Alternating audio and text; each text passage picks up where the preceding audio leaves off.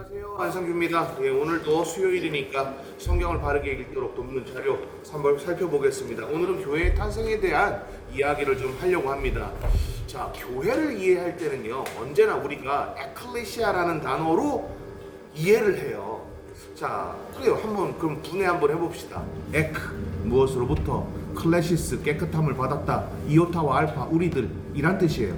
그러면 교회라는 뜻은요, 세상으로부터 깨끗함을 받은 우리들이라는 의미를 가지고 있는 게 원래 교회입니다. 그런데 이 교회라는 개념으로 단순히 교회를 이해해야 할까요? 그렇지는 않거든요. 단순하게 교회를 이해하는 것이 아니라, 자, 믿음이 뭐라 그랬죠? 사상의 전환이라 그랬잖아요. 그것처럼 이념의 집단이 되어야 교회가 되는 거예요.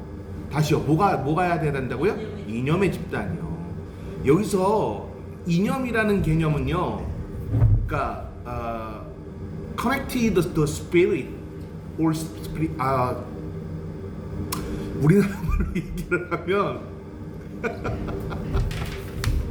우리나라말로 얘기를 하면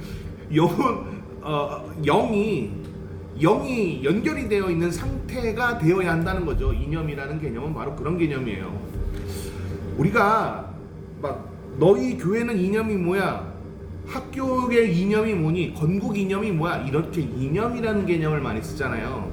근데 성경에서 제가 이제 조직신학적인 측면으로 만약에 이야기한다면, 이념이라는 개념은 그러니까 예를 들어서 절대적인 하나의 그룹이라고 있다고 치자고요. 이 그룹이 무엇을 추구하느냐, 요게 이념이에요. 무엇을 추구하느냐. 만약에 이 땅의 것을 추구한다면 교회가 교회라고 얘기할 수 없겠죠? 그렇죠? 교회가 교회라고 취급을 받으려면 어떻게 해야 하죠? 어떻게 해야 될까요? 그렇죠. 사상의 전이가 필요한 거예요. 그렇죠? 사상의 전이가 온전하게 되어서 사상의 전환이 되어야 한단 말이죠. 그래서 이 교회라는 이 개념을, 저는 먼저 출발을 하려면, 이념적 사상으로 출발한다면 저는요, 카할이라는 공동체로 시작을 하고 있어요. 단순하게 에클레시아라는 개념으로 교회를 이해하면 아주 1차원적인 뭐라 그래야 될까요? 우리나라 말로 참 어렵네요. 바탕이죠. 1차원적 바탕을 알고 그냥 그걸로 끝나는 거예요. 그런데 이 에클레시아가 말고, 에클레시아를 빼고, 그러니까 뺀다라는 표현은 좀 그런가? 에클레시아라는 이 개념을 조금만 제껴두고, 그러니까 교회라는 이 공동체에는 이념의 집단이 되어야 한다라는, 그러니까 무엇을 추구하느냐가 더 중요하다라는 그런 개념으로 바라본다면, 카할이라는 그것부터 한번 살펴봐야 돼요. 카할은 원래 베트엘이라는 단어에서 출발을 했어요. 지난번에 한 8명, 9명 정도가 히브리어 제발 분해하지 마세요 그랬는데, 오늘은 분해를 안 하면 이해를 못하는 내용이라 어쩔 수 없이 제가 분해를 좀 할게요. 자, 일단 엘이라는 개념은 옛날에 전쟁의 신 야훼를 지칭하는 그 능력을 찬양하고 지칭하는 말이었어요. 엘로힘의 약자이기도 했죠. 전쟁의 신 야훼라는 이 개념이. 그런데 아브라함 시대의 고대 근동 사회에서는요, 엘이라는 개념은 절대자라는 의미로 가장 많이 사용되었었어요. 절대자가 무슨 의미냐면은요, 그러니까 범접할 수 없는 분이라는 의미예요. 근데 그분하고 뭐가 됐냐면 바이트, 즉 가족이 된 상태를 얘기하는 거예요. 자, 왜 가족이라는 이 개념, 즉 카할이라는 이 단어를 먼저 이해를 시키고 제가 교회를 설명하려고 하느냐? 간단해요. 하나님과 가족이 되면 여러분, 우리는 뭐가 생기는 거냐면, 따라해보세요. 유업. 그렇죠. 하나님의 유업을 이어가는 존재여야 한다는 거죠. 맞나요? 예, 하나님의 유업을 이어가기 위해서 우리는 부르심을 받은 존재예요. 그래서 칼이라는 개념을 제가 좀 더 쉽게 설명하고 싶은 거예요. 예, 하나님의 공동체, 칼이라는 이 개념은 그래서 하나님의 공동체가 되어야 해요. 그래서 칼의 공동체의 이념이 두 가지가 있었어요. 첫째는요, 하나님을 향한 절대적 신뢰였어요. 뭐라고요? 절대적 신뢰라고 제가 분명히 얘기했습니다. 성경 해석학적인 측면에서 절대자라는 개념은 뭐라고요? 범접할 수 없는 거라 그랬죠. 그러면 절대적인이라는 이 개념, 절대적인 신뢰라는 것은요, 그분 외에 다른 신뢰할 자가 없다라고 여기는 그런 행태를 얘기하는 거예요. 이것이 곧 이념이에요. 자, 아까 이념이라고 말씀드릴 때 제가 뭐라 그랬죠? 추구하는 바라고 그랬잖아요. 자, 뭘 추구하는 거예요? 칼은 절대자를 절대적으로 신뢰하는 거예요. 동의하세요? 두 번째, 고엘의 공동체였어요. 이 이념 중에 고엘이라는 이 개념은 그냥 단순히 누군가를 도와주는 개념으로 고엘을 이해하면 안 돼요. 고엘이라는 개념에서 맨 뒤에 엘이 또 붙잖아요. 그렇죠? 엘 붙잖아요. 네. 그렇지 않아요? 예, 하나님께서 지정하신, 하나님께서 명령하신 것들을 이행하는, 즉 유업에 관한 이야기란 말이죠. 여러분, 우리가 이념을 이해할 때는요, 절대자를 향한 믿음과 그분께서 우리에게 주신 이 유업을 뭐처럼 여기는 거냐면 목숨과 같이 여기는 거예요. 그래서 여러분, 제가 매번 예전에 조직 신학할 때 뭐라 그랬어요? 예배는 목숨보다 귀하다. 자, 교회를 이해하려면 이렇게 출발해야 하는 거예요. 칼의 개념은, 이념은 뭐였다고요? 첫째, 절대자를 향한 절대적인 신뢰. 두 번째는요, 고엘이 뭐라고요? 유업을 이어가는 거라 그랬죠? 하나님의 유업을 이어가는 것. 어디서? 이 땅에서요. 그러면 칼은 결국 뭐가 되어야 하는 거냐면, 따라해보세요. 하늘나라. 예, 맞아요. 그래서 B.S. 차일드는요, 교회를 이해하려면 먼저 아브라함의 공동체를 이해하고 아브라함의 그 씨로부터 계속해서 출발되어져 온 유업과 절대적인 신뢰를 바탕으로 한 공동체를 이해해야 한다 그랬어요. 100% 저도 B.S. 차일드의 말에 동의합니다. 그렇죠. 당연히 그래야 되겠죠. 이념이 중요하다고요, 공동체 안에는요. 자, 그러면 교회도 이념이 중요하겠죠. 우리 교회는 청교도 사상이라며, 프로테스탄트 정신이라며, 종교개혁 정신이라며, 우리 주대신교회 앞에 붙는 이름이 뭐예요? 종교개혁 정신 아니에요? 그렇죠. 종교개혁 정신이 뭔데요? 성경으로 돌아가자. 절대자에게 모든 주권을 다 맡기자. 그러니까 내가 주체가 되는 거예요? 하나님이 주체가 되는 거예요? 그거 봐요. 그렇죠. 이게 바로 교회의 이념이란 말이죠. 그러니까 이념의 집단으로 바뀌어야만 교회라고 부를 수가 있다고요. 이렇게 얘기한 사람이 누구라고요? B.S. 차일드예요. 그래서 제가 제목을 뭐라 그랬어요?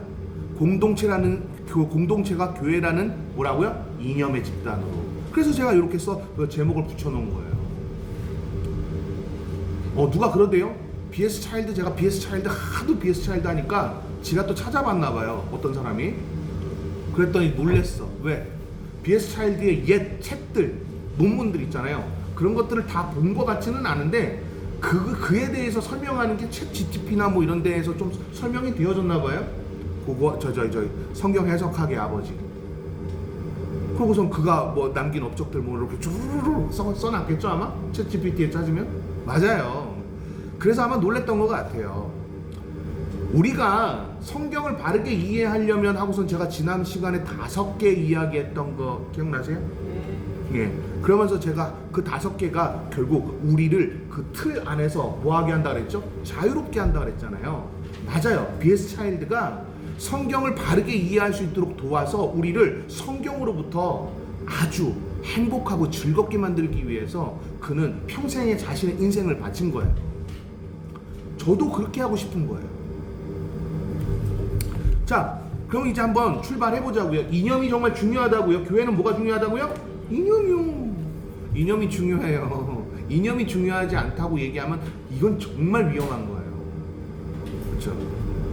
자, 봅시다. 예수 그리스도는 부활 후 40일 동안 세례자 요한을 시작으로 예수를 따랐던 모든 이에게 나타난 후에 유대교인들이 잘못 알고 있던 하나님의 나라를 어떻게 했다고요? 다르게 교종하는 일을 하셨어요. 하늘나라는 1차원적 하늘나라를 먼저 니네가 경험해야 하나님의 절대 주권에 순종하게 된다라는 것을 가르치셨어요. 그래서 내가 너희에게 분부한 모든 것을 어떻게 하라 그랬냐면 가르쳐서 지키게 하라고 말씀하셨거든요. 그러면서 승천하시기 전에 뭐라고 그러셨어요? 내가 끝까지 볼 거야. 내가 끝날까지 내가 너희와 함께 있을 거거든 하셨거든. 그렇지 않나요? 네, 맞아요. 자, 또 봅시다. 다시 말해서 민족주의적 관점에서 하나님의 나라가 아닌 하나님의 나라를 혈통이 아닌 믿음을 통해서 주어지는 나라라고 가르쳤다는 거예요. 자, 이념이요. 이념이 뭐라고요? 교회의 이념이 절대자에게 절대적인 신뢰하는 것. 여기서도 지금 나와 있네요. 뭐라고 나와 있어요? 혈통이 아닌 믿음을 통해서 주어지는 나라. 교회는 뭐라고요? 믿음을 통해서 주어지는 나라예요. 아까 제가 그랬잖아요. 봐봐요. 칼부터 이해해야 에클레시아가 이해가 되는 거예요. 이해가 되시죠? 확실히 이제 좀 뭔가가 느껴지지 않으시나요? 그죠? 그러면 여러분 교회는 뭐여야 해요? 이념이 확실하게 각인이 되어 있어야 교회라고 부를 수 있는 거예요. 자, 교회에서 절대자에게 절대적인 신뢰를 보내는 것을 강조하고 가르쳐서 그것을 지키게 하는 교회라면 이 교회는 성공한 교회겠죠? 그렇지 않으실까요? 나는 절대자를 절대적으로 신뢰한다. 한번 손 들어보세요. 라고 얘기하면 우리 교회는 다 들을 수 있어. 그렇죠? 왜요? 여러분 절대자를 신뢰한다라는 거는요, 낭떠러지에 있어도 구원하실 그분을 찬양하고 신뢰하는 거잖아요. 내가 죽어도 다시 살리실 것을 믿기 때문에 죽음이 두렵지 않는 거잖아요. 그렇지 않습니까? 그렇죠. 그리고 내가 그분과 가족이 되었으니 나는 반드시 유업을 잇는 자라는 것을 나타내는 거잖아요. 그렇죠. 자, 이념이 이렇게 중요한 거예요. 근데 교회에 이념이 없어. 이러면 될까요? 안 된다니까요. 자, 봅시다. 이들에게 모든 것들을 지안해 사명을 제자들에게 설명하시는 것까지 예수 그리스도는 하셨어요. 이 일들은 제자들의 힘이 아닌, 다시 여러분 뭐라고요? 제자들의 힘이 아닌. 봐요. 내가 하는 건 믿음이 될 수 있어요, 없어요? 성경에선 그런 얘기를 언급하고 있지 않아요. 절대자가 이끄시는 대로, 즉 주체가 여기에 없다니까요. 주체는 항상 그분에게 있는 거예요. 이걸 여러분 우리는 뭐라 그래요? 조직신학 용어로는요, 종속자라고 얘기해요. 종속자. 여러분 종속자입니까? 교회에는 종속자들의 모임이어야 하는 거예요. 동의하세요? 그런데 내가 믿는 믿음으로 주체자를 바라봐요. 이건 교회라고 부를 수가 없는 거죠. 이건 믿음이라고 부를 수가 없는 거예요. 이거는 뭐예요? 내가 믿기 편한 방식으로 내가 자기만의 예수님을 만들어내는 행위예요. 행위. 행위로는 절대로 구원을 못 얻는다 그랬잖아요. 그렇지 않아요? 바울의 서신들 다 읽어봤잖아요. 행위로 구원받아요? 아니잖아요. 그렇죠? 아니 최 박사하고 그거 안 했나요? 사도들의 편지들을 안 읽으셨어요? 바울 서신들 강의 안 했나요? 네. 그렇죠? 네. 거기서 뭐라 그래요? 행위로 구원을 얻을 수 없다고 로마서에도 아주 정확하게 나와 있지 않아요? 네. 코린티안스 고린도 교회에 보낸 편지에서도 아주 정확하게 나와 있지 않습니까? 에베소서에도 정확하게 나와 있잖아요. 여러분 칼빈은 에베소서를요 제2의 로마서, 이건 또 조직신학 쪽으로 넘어간다. 그냥 요건 넘어갈게요. 예, 자 요건 넘어갈게요. 자 그러면서 이 제자들이 힘이 아닌 하나님의 힘으로 해야 함을 알려주시기 위해서 표징을 주셨어요. 그게 바로 뭐예요? 따라해보세요. 파라클레토스. 그래요. 이거를 헬라어를 번역하면 조력자란 뜻이에요. 근데 이걸 우리나라 말로 번역해서 성령이라고 한 거예요. 보혜사 성령을 너에게 주겠다. 근데 여러분 보혜사라는 이 개념도 잘 알고 계시죠? 근데 누구나 여러분 이 보혜사의 개념에 대해서 예수 그리스도께서 보내신 것에 대한 초점으로 우리가 설명한다면 그것도 배경적인 의미예요. 파라클레토스라는 것은요, 우리가 그렇게 이해하는 것도 중요하지만 좀 더 자세하게 이해하는 게 필요해요. 내 힘으로 살지 못하도록 하나님께서 철저하게 관리하신다는 개념이에요.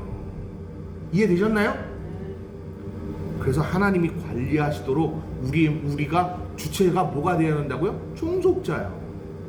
종속자가 되어야만 하나님이 우리를 관리하시는 거예요. 근데 나를 관리 못 하신다니까. 주체가 내가 나한테 있으면요. 됐나요? 오케이. 그래서 파라클레토스를 번역하자면 조력자라는 뜻이라는 걸 명확하게 알고 계셔야 합니다. 한 가지 오해하지 말아야 할 것은 성령은 처음부터 인간에게 존재했다라는 것입니다. 처음부터 뭐라고요? 인간에게 존재했다고요. 근데 잃어버린 상태로 우리가 그분을 주체를 여기다 두고 이해하다 보니까 성령이 우리에게 역사할 수 없었던 거예요. 주체를 여기다가 두고서는 시작하니까 하나님이 안 보이죠. 내가 믿기 편한 방식대로 이게 믿음이야 하고서는 뭐가 드러나요? 행위요. 근데 행위로 구원 얻는다고요? 못 얻는다고요? 그러니까요. 내가 믿는 믿음은 믿음이 될 수 없는 거예요. 왜 장로님이 예전에 그랬잖아요. 예전 교회 다니다가 우리 교회 와가지고 뻥 맞은 다음에 전 교회에서 헛짓거리 했다 그랬어요. 장로님이. 네. 안 그러셨어요, 장로님? 했어요. 네, 그렇잖아요. 자, 다시요. 교회는 뭐가 중요하다고요? 이념이 중요한 거예요. 확실히 이제 이해가 되시죠? 오케이. 자, 그럼 이제 그 다음 한번 보자고요. 그러나 예수의 부활 후 성령의 다른 사역이 진행됨을 알리고 있는 것이기에 이 부분을 오해하지 말아야 합니다. 이 부분을 오해해서 어떻게 됐다고요? 오순절 계통에 엄청난 이단이 탄생된 거예요. 다시요. 성령은 결국 뭐라는 거예요? 조력하는 거예요. 그분께서 그분의 뜻으로 우리를 사로잡기 위해서 내 힘으로 뭔가를 못하게 막아서고 하나님께 영광 돌리는 존재로 바로 설 수 있도록 돕기 위해서, 그래서 성령을 보내신 거예요. 그러니까 성령의 사용을 자꾸 초자연적인 걸로 오해하면 안 되는 거예요. 여기까지 다 이해되셨나요? 다음, 아무튼 본론으로 다시 돌아가서 성령의 다른 역할이 주어지자 예수를 따르는 모든 이에게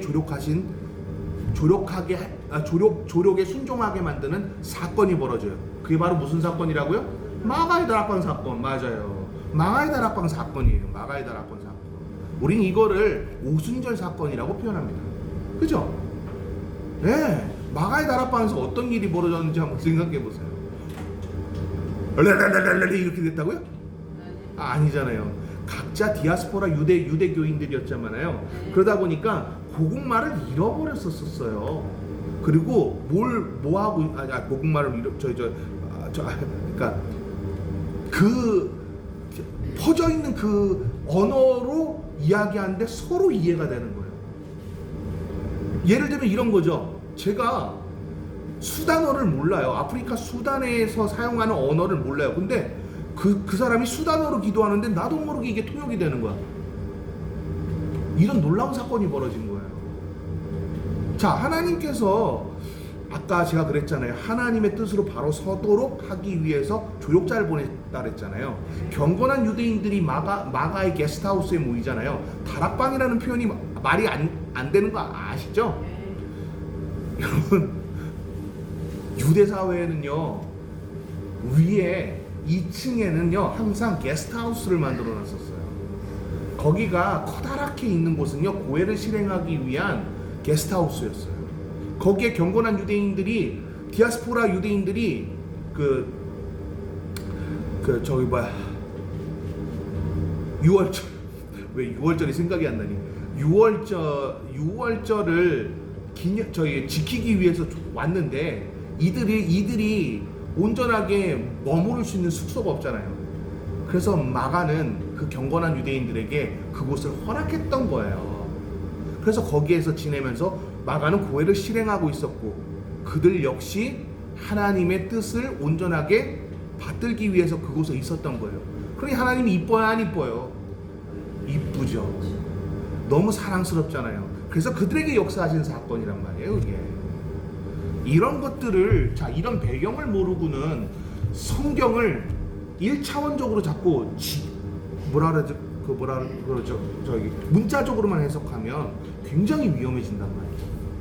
됐나요?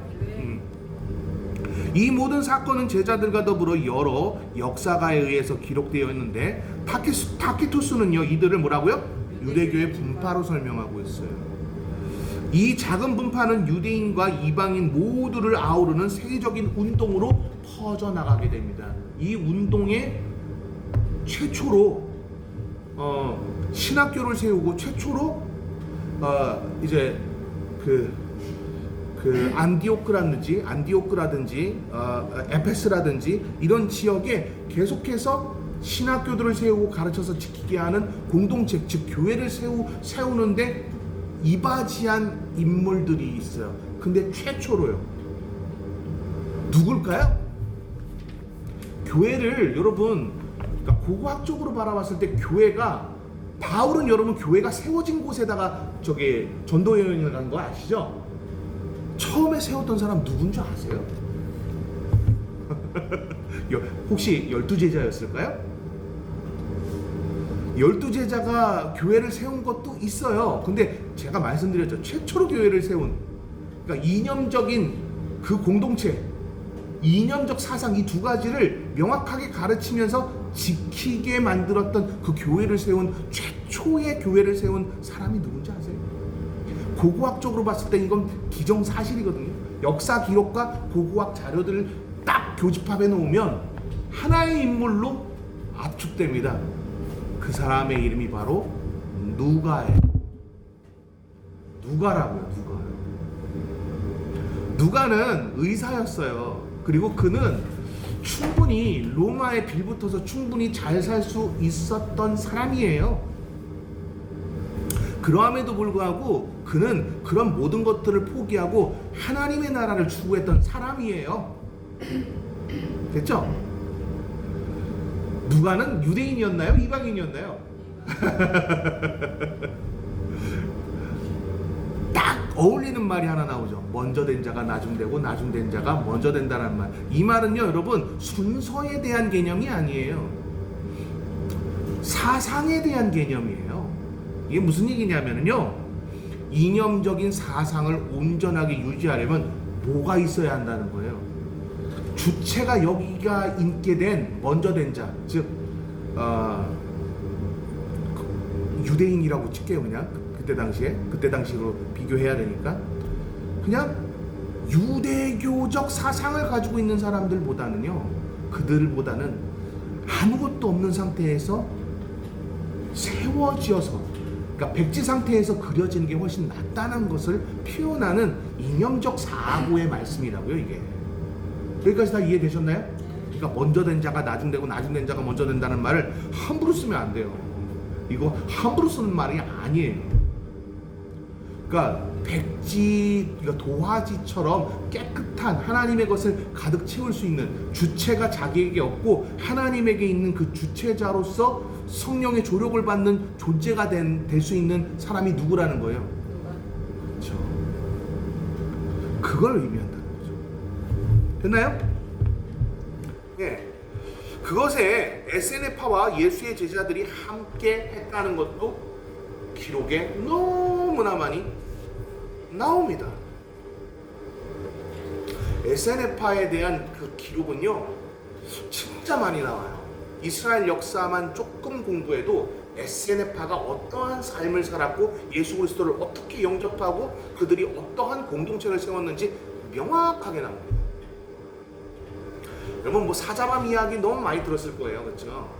근데 이 사자밥이 이건 나중에, 이건 너무 막 나가네요, 그죠? 제가 이건 나중에 설명할게요. 자, 이것은 아브라함에게 하신 약속이며 성취의 시작이었다고 B.S. 차일드는 말하고 있습니다. 말씀 한번, 내용 한번 좀 정리해 볼까요? 교회는 에클레시아라는 이 단어로 이해하는 것은 배경적인 설명이라 그랬어요. 그쵸? 이념이 중요하다고 말씀드렸죠. 교회는 이념이 있어야 교회라고 부를 수 있어요. 첫 번째는요, 절대자에게 절대적으로 신뢰하는 것. 둘째는요, 고해, 즉 하나님께서 명령하는 것. 그렇죠. 근데 그걸 우리 뭐라고 불렀죠? 유업을 이어가는 것. 그렇죠? 그런 유업을 이어가는 것에 대한 이 이념적 사고를 가지고 있는 것, 그것이 교회라고 부를 수가 있는 겁니다. 그러니까 이 기능을 잃어버린 상태가 되면 교회라고 부를 수 있나요? 없나요? 없는 거예요. 절대 그럴 수가 없는 겁니다. 여기까지 다 이해되셨나요? 자, 질문 있으십니까?